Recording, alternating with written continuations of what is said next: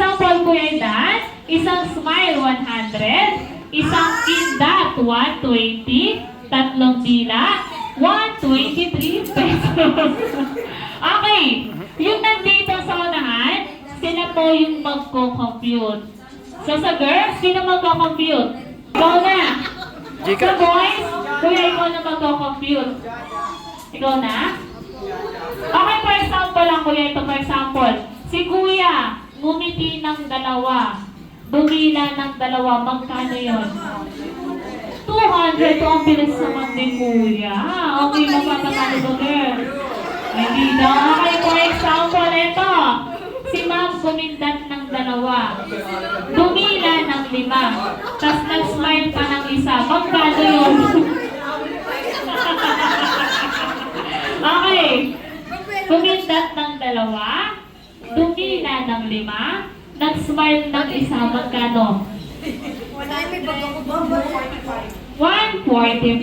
Okay? Taga-compute lang kayo.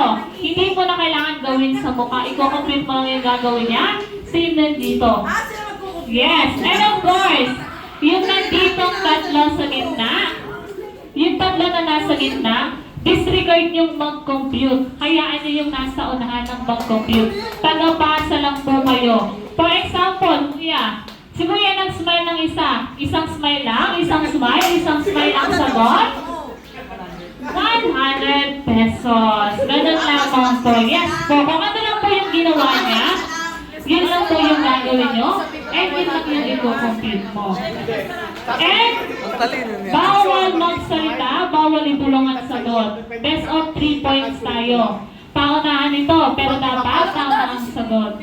1 valid answer lang po. 1 valid answer lang, makinig po. Pag nakasagot na kayo, hindi na kayo pwedeng umulit. Kapag hindi pa kayo sure, pwede nyo ipaulit sa kanila. Okay? 1 valid answer lang ang a-accept po namin. Dito magbibigay ng amount sa dulo. Okay. Yung 8 harap doon. Harap yung 8 doon.